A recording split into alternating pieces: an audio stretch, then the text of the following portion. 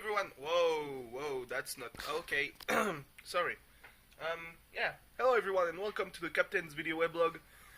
We are Tuesday, November the 10th, 2015, and apparently I'm home alone, but it doesn't matter because, well, it's just past 4:20.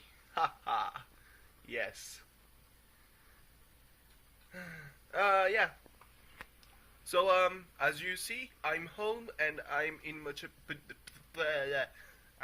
pajamas, so that means that yesterday's operation went well, you know? I managed to go out of my class early without having to resort to missing stuff because, well, it was disappointingly, I won't say easy, but it was disappointingly fast to do. What are you doing, stupid dog? Apparently he did some shit. You know, it's not easy dealing with stuff that happens in your family, especially when you're the one known to be, you know, awake the last, and sleeping the last also. You know, I usually try to avoid every kind of conflict. So yeah, there was some kind of conflict concerning the dog earlier, and I was awake for 2 hours at that point. But I felt like I shouldn't have gotten up at that time, because my dog is very effective, and he would have jumped on me while being scolded. So yeah, wouldn't have gone quite well. Yeah. Yeah. So yesterday, I think it was something like 2 or 3 minutes after finishing the video weblog,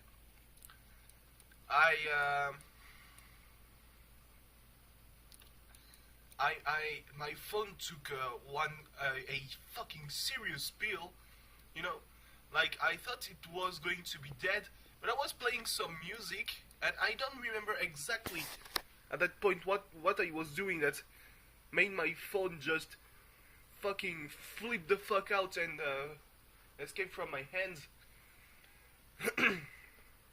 But it did, and yeah, it played the music, and my earphones got unplugged, and the first thing I realized, the first moment where I realized that my phone was fine, is when I still heard the music playing, you know?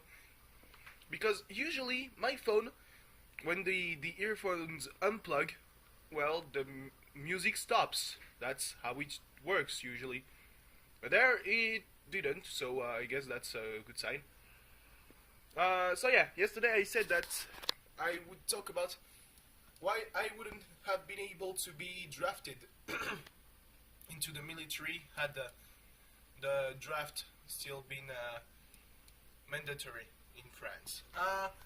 So as you might know, I have sort of a shit body. You know, it works. Well, it works. I'm not dead. That's one thing.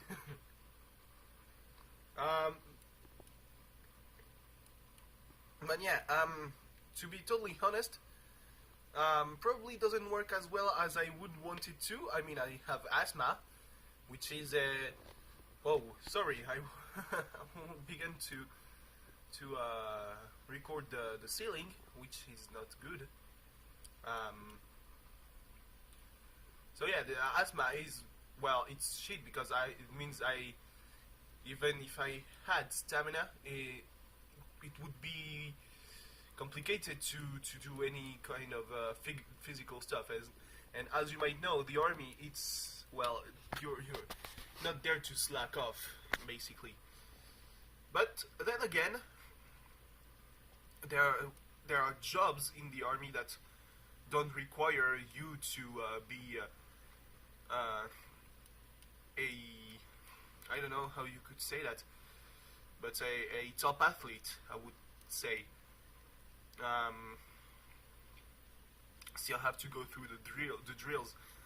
So there's that. Um, and my feet are fucked up. Also, there's. Oh well, since I'm on the computer, I'm gonna look how you say that.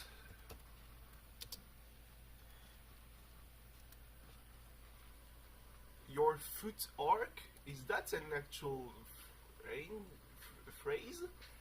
I'm not sure. Yeah, the foot arc. The arc of the foot. The arch. Oh god, there's the cat. It's flat, which means that instead of putting all the effort on the heel and the front of the foot, puts the effort on the whole foot. And there's this part where there's the arch, not supposed to have all that weight imposed on it. So when I'm walking, when I'm running, I cannot go for long distances because fucks me up. I sprained my ankles various times, and I fall sick every when I turned 18, I used to fall sick every month. Still, now it's I get a little cold, but it's not something that's really concerning. So yeah, there's that, I guess. I mean, I think that people who are in universities and all that can dodge the draft until they're older, which would have meant like maybe next year I would have been drafted. I don't know how that worked, to be fair, because my father and my grandfathers have been drafted, but they weren't doing any studies at that point,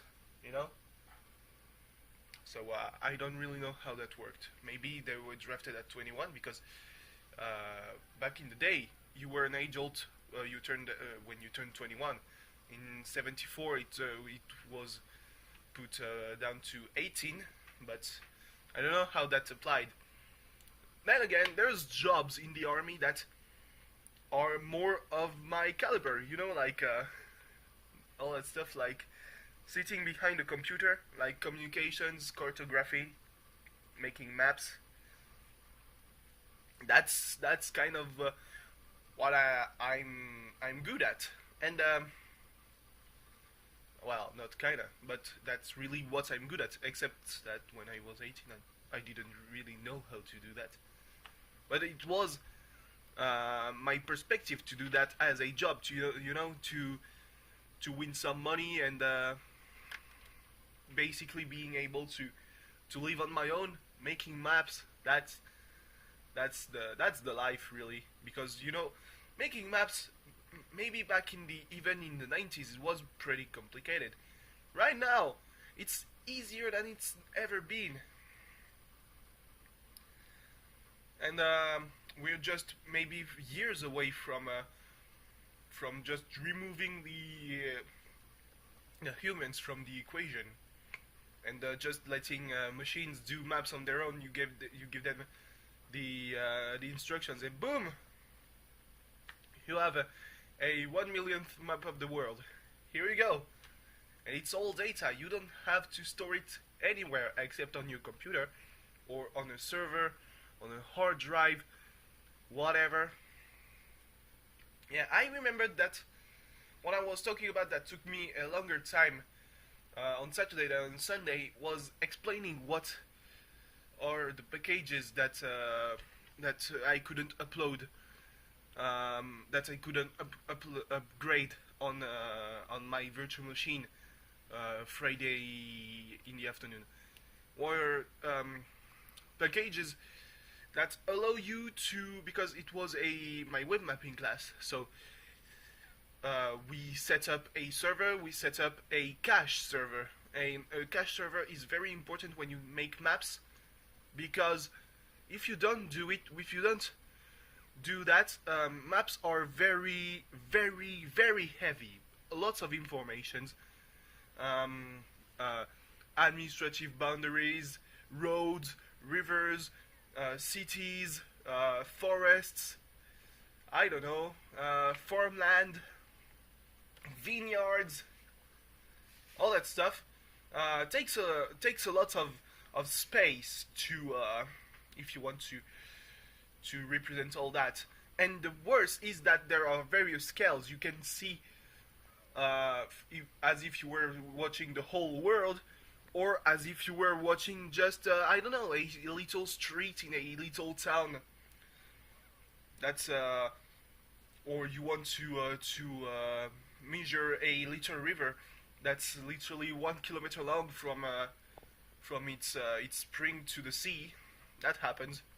So you have to make something called tiles, and those tiles are basically squares. You cut the world in squares, and depending on the scale, they're bigger or they're smaller. But they're stocked somewhere, and they're in a cache, so that you can access them. And that's what I was setting up, a cache, so that if you do a request to your server, to your map server, it doesn't have to reload the map from scratch every time. If you make a request and you want to access it again, it just can happen. A cache is very important because it gives you the ability to access data from from earlier browsing sessions. You know, like when you're on your phone. Phones are probably where the cache is most prevalent. You know, where you can really see it in action. Like you browse a page on any kind of browser on your phone, and you leave the browser. When you go again, it can be hours later, the page won't reload. So you see the page as it was hours ago. That's one of the inconveniences of the cache, because if you add information, it doesn't appear until you reload. But you can still access the old information through the cache. It's not really like a browser on a computer. It doesn't work that way. You close the tab, you reopen it, it reloads from scratch. But because you have no no real way to just put it in as a background process or close the app. You know, if you close the browser on your computer, it has to if you say that you want to reload all the tabs that you closed, you have to reload them all. Except if you put your browser on the background, it's not really like not really like reducing. It's really putting the process. Well, it's not active anymore, but it's still there. It's still. And if you want to access the data, well, you can by clicking the app. It's that easy, really. And we were doing that for maps, and the package wouldn't upgrade. There was dependencies, and the package wouldn't be installed because there was another package that couldn't be upgraded because there lacked one store in my information, my version file, basically. So yeah, I mean, I can afford filming that at 4 and nearly 5 p.m. because there's literally nothing else to do on a Tuesday. I mean, I could do some cleanup, but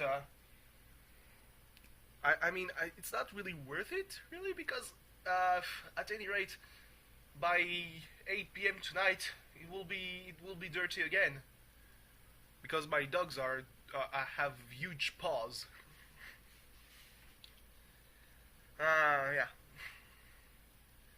anyway, thanks for watching. See you tomorrow. Where I don't know what I will be talking about. Tomorrow, very important day. Because that's the day we gonna celebrate the end of the First World War. Ah, God, I cannot breathe right now. I think you can hear it. I'm talking from my nose. That's. Ugh.